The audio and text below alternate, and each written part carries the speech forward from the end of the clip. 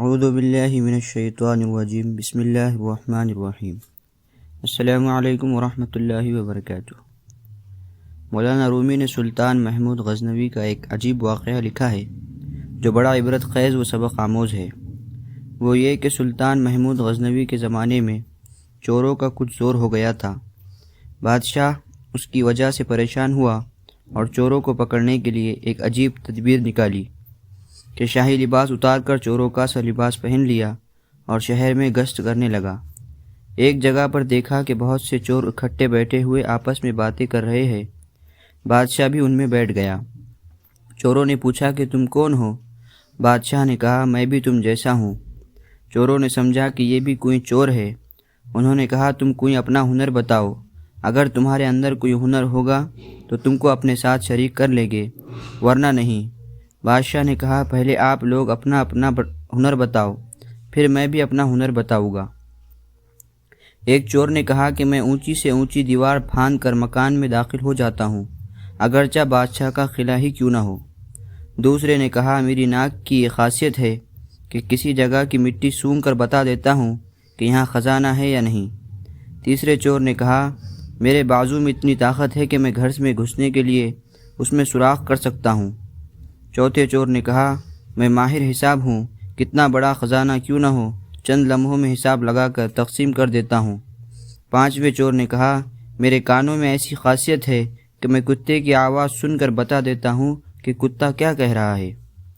چھٹے چور نے کہا میری آنکھوں میں یہ خاصیت ہے کہ جس چیز کو رات میں دیکھ لیتا ہوں دن میں اس کو پہچان لیتا ہوں۔ اب بادشاہ نے کہا کہ میری داڑھی میں یہ خاصیت ہے کہ جب مجرمین کو پھانسی کے پھندے کے حوالے کیا جاتا ہے اس وقت اگر میری داڑھی ہل جاتی ہے تو مجرمین پھانسی کے پھندے سے بچ جاتے ہیں۔ چونکہ وہ بادشاہ تھا تو اس نے ایک خاص لطیف انداز سے اپنا ہنر اور کمال بیان کیا۔ سارے چور یہ بات سن کر خوش ہو گئے اور کہنے لگے کہ آپ تو چوروں کے قطب ہیں، جب ہم کسی مصیبت میں پھنس جائیں گے تو آپ ہی کے ذریعے ہم کو خلاصی مل سکتی ہے۔ پھر سب نے مشورہ کیا اور طے کیا کہ آج بادشاہ کے یہاں چوری کی جائے، اس لیے کہ آج مصیبت سے چھڑانے کے لیے داڑھی والا موجود ہے۔ لہٰذا سب کے سب بادشاہ کے محل کی طرف چل پڑے۔ راستے میں کتا بھونکا تو کتے کی آواز پہچاننے والے نے کہا کہ کتا کہہ رہا ہے کہ بادشاہ تمہارے ساتھ ہے۔ لیکن چور پھر بھی چوری کے ارادے سے باز نہ آئے اور بادشاہ کے یہاں چوری کر ڈالی اور خزانہ لوٹ کر جنگل کی طرف آئے اور وہاں بیٹھ کر ماہر حساب نے حساب لگا کر چند منٹوں میں سب کو تقسیم کر دیا۔ بادشاہ نے کہا سب لوگ اپنا اپنا پتہ لکھوا دو تاکہ آئندہ چوری کرنا ہو تو ہم سب لوگ آسانی سے جمع ہو سکے۔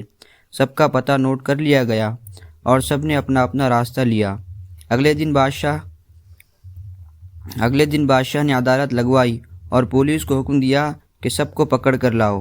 جب سب چور ہتھکڑیاں ڈال کر حاضر کیے گئے، بادشاہ نے سب کو پھانسی کا حکم دے دیا اور کہا کہ اس مقدمے میں کسی گواہ کی ضرورت نہیں کیونکہ سلطان خود وہاں موجود تھا۔ جب 6 کے 6 پھانسی کے تختے پر کھڑے ہو گئے تو وہ چور جو آنکھوں کی خاصیت والا تھا اس نے بادشاہ کو پہچان لیا کہ یہ وہی شخص ہے جو رات ہمارے ساتھ تھا۔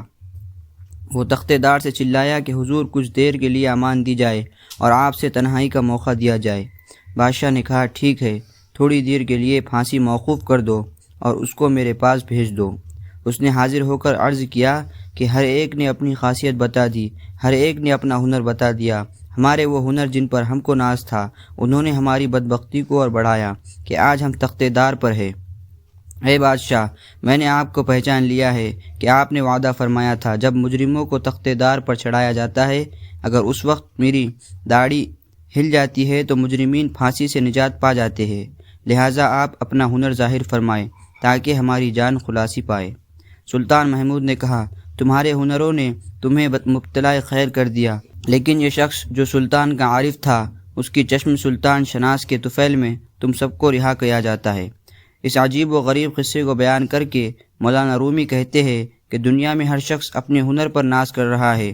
بڑے بڑے اہل ہنر اپنی بدمستیوں میں مست اور خدا سے غافل ہے، لیکن کل قیامت کے دن ان کے یہ ہنر کچھ کام نہیں آئیں گے بلکہ یہی دنیاوی ہنر ان کو مبتلا قہر و عذاب کر دے گے۔ اور اس کے برخلاف جن لوگوں نے اس دنیا کے اندھیرے میں اپنے حقیقی بادشاہ اللہ عز و جل کو پہچان لیا اور اس کے معرفت اپنے دلوں میں پیدا کر لی، قیامت کے دن یہ خود بھی نجات پائیں گے اور اس کی سفارش گناہ گاروں کے حق میں قبول کی جائے گی۔ یاد رکھو، جس نے دنیا کے اندھیرے میں اللہ کو پہچاننے کا ہنر سیکھ لیا تو پھر دوسرے ہنر سیکھنا کچھ مضر نہیں، کیونکہ پھر کوئی بھی ہنر آپ کو اللہ سے غافل نہیں کر سکتا۔ ڈاکٹر انجینئر بننا منع نہیں، بشرطے کہ آپ اللہ سے غافل نہ ہو۔ اس حکایت سے معلوم ہوا چشم سلطان شناس ہی کام آتی ہے، باقی ہنر تختہ دار پر لے گئے۔ اسی طریقے پر دنیا کے تمام کاروبار جو اللہ سے غافل ہو کر کیے جاتے ہیں وہ آخر کار انسان کی تباہی و بربادی میں ڈال دیتے ہیں، لیکن جب کوئی شخص اللہ کی معرفت کا نور حاصل کر لیتا ہے اور وہ اللہ سے غافل ہونے کی بجائے عاقل بن جاتا ہے تو وہ شخص خود بھی نجات پاتا ہے اور دوسروں کو بھی نجات دلانے کا ذریعہ بن جاتا ہے۔ اس لیے سب سے بڑی چیز اللہ کی معرفت ہے۔